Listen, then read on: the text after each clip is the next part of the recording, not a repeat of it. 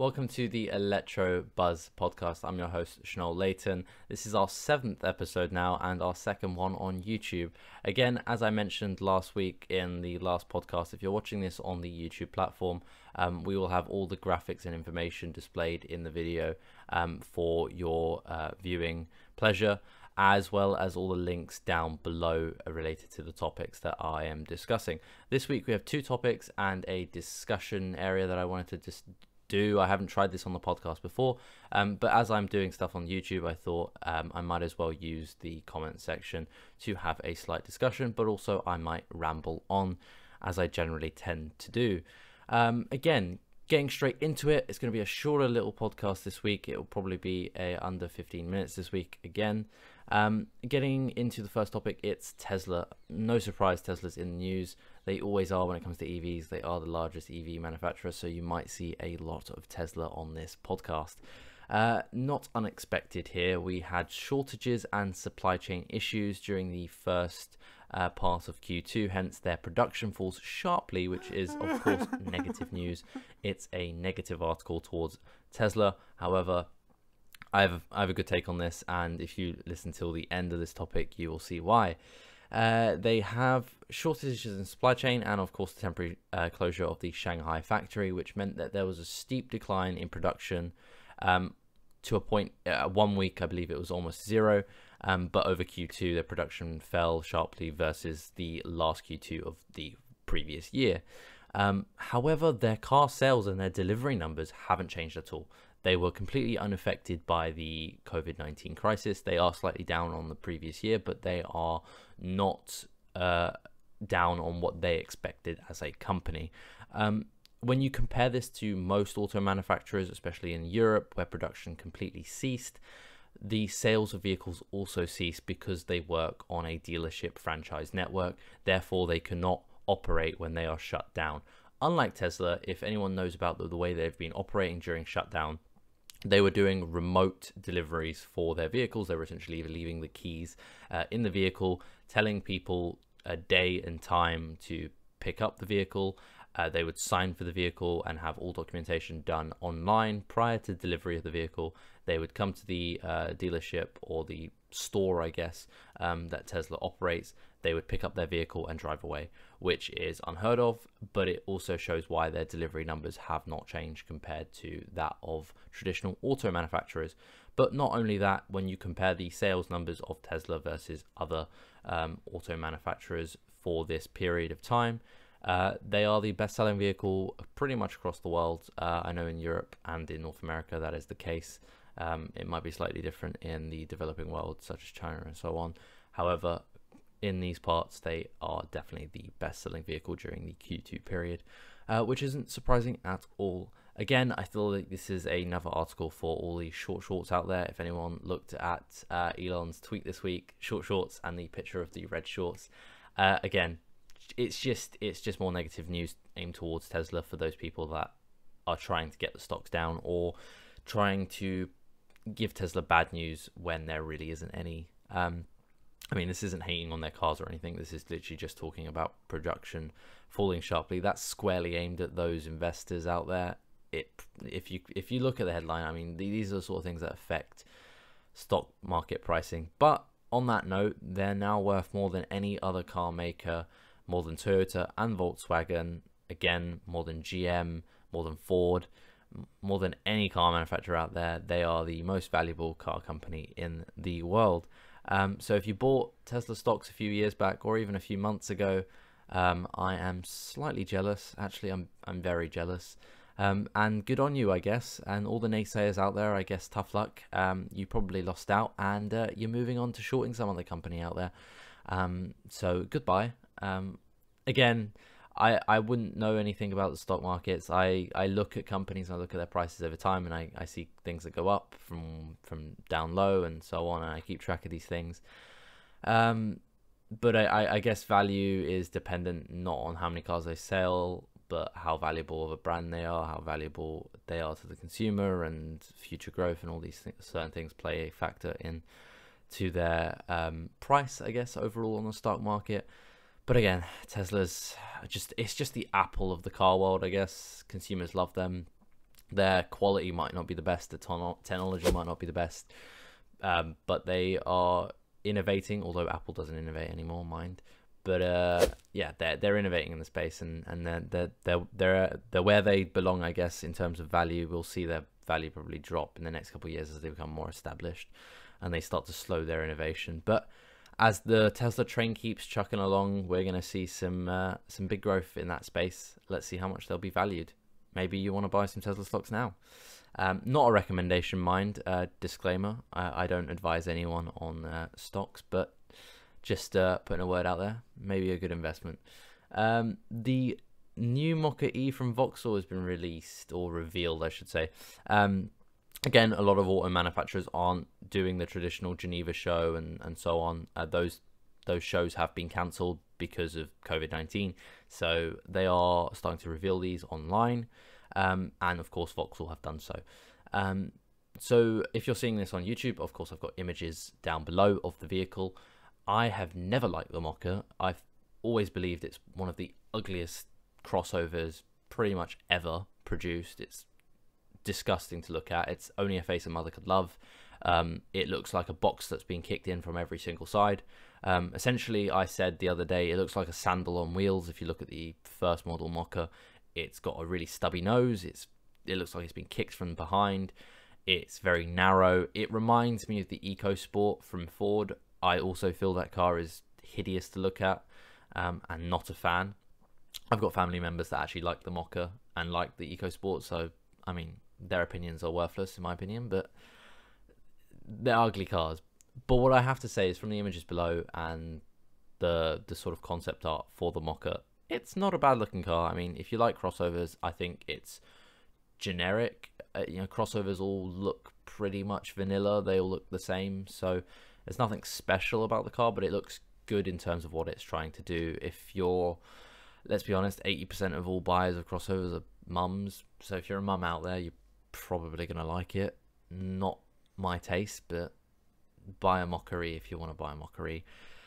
It's based on the PSA platform, so your E-Corsa, your 208s, your new crossover version of the 208, I forget what the name is, I think it's 2008, and the 3008, they're all based on the same platform in terms of the battery technology and so on.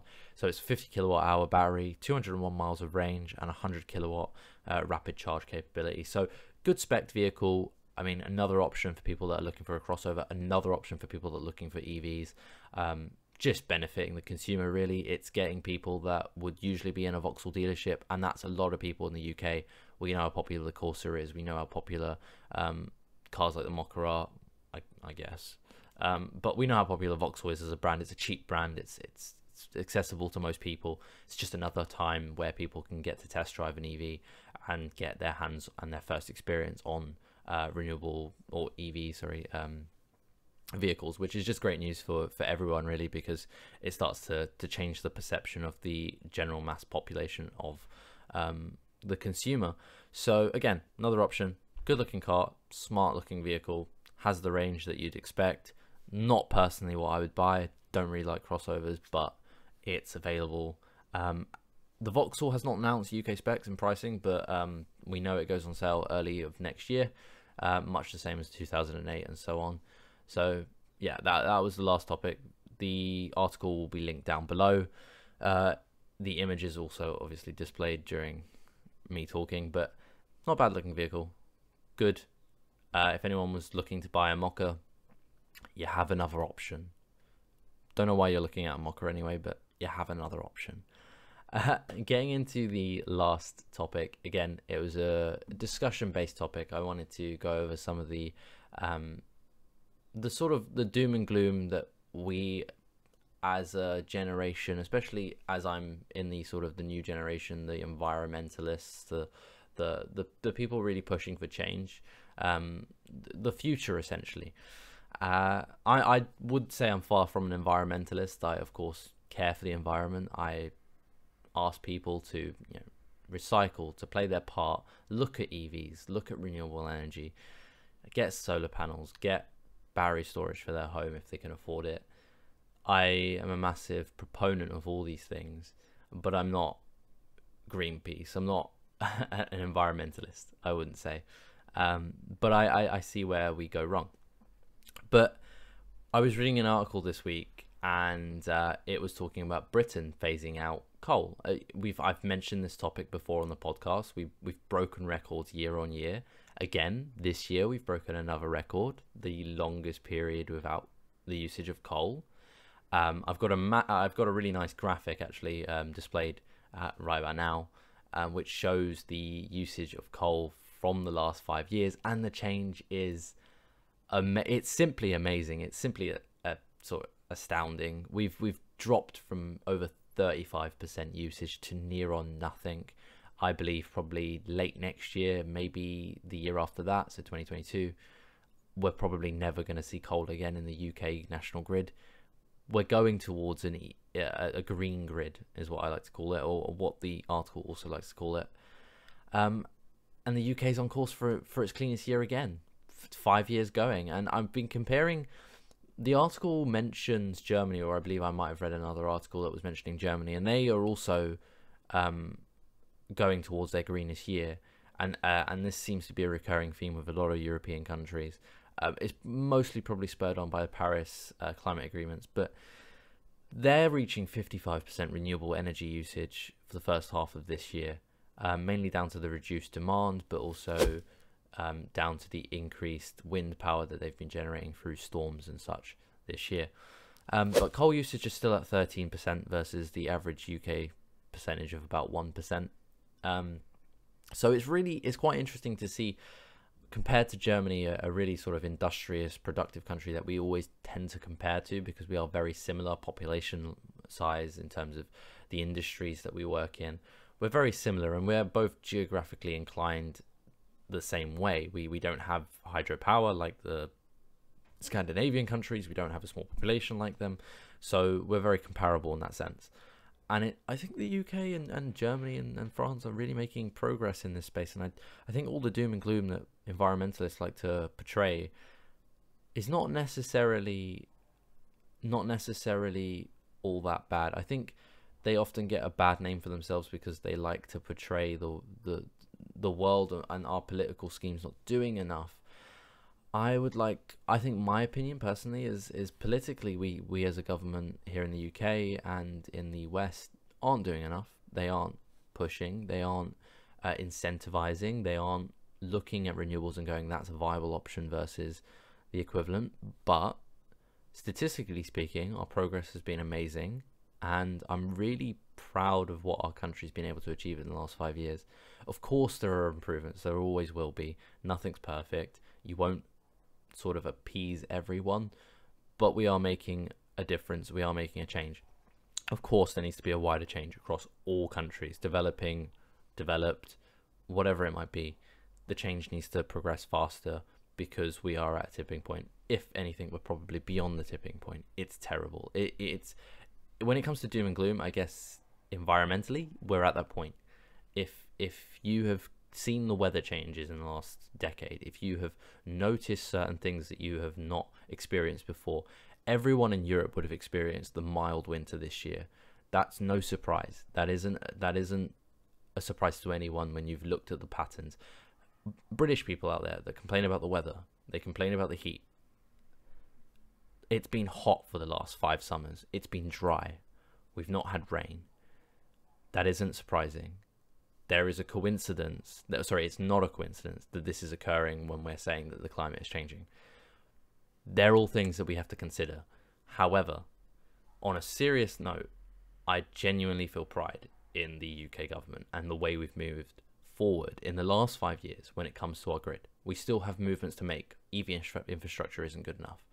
Our consideration for renewable energy versus gas power plants is not good enough. We're still looking at nuclear, although I agree nuclear has its place. There are certain times where you just have to drop the cause and the case for it because budget. Renewable energy is not as expensive as it used to be. We need to look at infrastructure for battery storage for the grid. That's my topic this week. I wanted to discuss it. If you can leave your comments below if you're watching this on YouTube and tell me what you think. Are you proud of the movements we've made? Do you think there's progress to be made? There's definitely progress to be made, in my opinion, but from where I'm sitting, from the graphics that I've seen, the drop is immense. The second graphic I showed was showing the CO2 per kilowatt output for the last 5 years. It started at around 600 in 2015. It's now at 110 over the year. So that's the CO2 input or output, sorry, per kilowatt produced. 110 grams of CO2. Still very high. I would like to see that at 10, 15, maybe even 0 in the future. But it's a really cool graphic to see that we've changed massively in the last 5 years. And 5 years is a short period. We all know that. 5 years goes at the blink of an eye. So it's great to see that improvement. That's what I wanted to talk about this week. It's been a slightly shorter podcast. Again, Tesla's in the news. Shorts. They're doing well. They're progressing. Great. Mokka E available to everyone. If you want a Mokka, you want a crossover, you have another option in the market next year. I'd probably say don't buy a Mokka E, buy something else. Kia e-Niro is available. Other car manufacturers are also available. Mokka, not so much. Although the interior does look pretty nice, actually. I did have a shot of that as well, I think, in the video. I hope I did. The interior is pretty nice too. So you've been listening to the Electro Buzz podcast. Hopefully we're positive. No doom and gloom here. Yeah, I just wanted to share a little bit about the UK and our green grid and moving towards that, and hopefully that's something that people can be proud of. Again, you've been listening to Chanel Layton, and this is the Electro Buzz podcast. Goodbye.